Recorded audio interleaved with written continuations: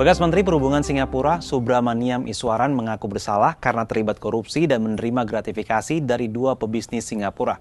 Selain uang, Iswaran diduga menerima sejumlah hadiah, mulai dari layanan jet pribadi hingga tiket musik. Seperti apa kasus yang membelit bekas petinggi negara tetangga ini? Pengakuan Iswaran disampaikan pada Selasa 24 September 2024. Iswaran didakwa menerima hadiah senilai 74.000 dolar Singapura atau setara 871,8 juta rupiah dari Ong Beng Seng, pengusaha properti Malaysia di Singapura dan pebisnis Lum Kok Seng. Hadiah gratifikasi itu mencakup tiket menonton balap Formula One Singapura, minum anggur dan whisky, serta sepeda Brompton. Nah, bagaimana dengan kasus gratifikasi jet pribadi yang membelit Iswaran? Media Singapura CNN melaporkan pada 6 Desember 2022, Iswaran menerima undangan dari Taipan Ong untuk bergabung dalam perjalanan ke Qatar.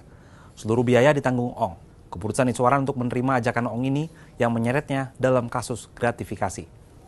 Ong diketahui adalah pemegang hak pengelolaan balap F1 di Singapura. Adapun Iswaran pernah menjabat ketua dan belakangan penasihat Komite Pengarah F1 Singapura. Skandal ini terjadi saat Iswaran tengah memegang jabatan publik. Ia bergabung kabinet pada 2006. Setelah menerima gratifikasi jet, Iswaran ditangkap pada Juli 2023. Ia menteri pertama di Singapura yang disidang dalam kasus penerimaan gratifikasi. Setelah didakwa korupsi termasuk menerima gratifikasi, ia mengundurkan diri dari jabatannya Januari 2024. Kasus korupsi ini merupakan yang pertama dalam 50 tahun terakhir di negara tersebut. Selain skandal korupsi dan gratifikasi, ada juga kasus lain yang melibatkan politisi Singapura. Thank you for your support, your kind words, and for electing me as a 10th Speaker of Parliament since our first Legislative Assembly. Pada Januari 2023, Singapura dikejutkan dengan isu perselingkuhan antara Ketua DPR Singapura, Tan Chuan Jin, dan anggota DPR Singapura, Cheng Li Hui. Keduanya pun mengumumkan pengunduran diri tak lama setelah skandal tersebut menghebohkan publik. Kasus perselingkuhan ini terjadi hanya beberapa pekan usai Iswaran ditetapkan sebagai tersangka dalam kasus dugaan korupsi dan gratifikasi.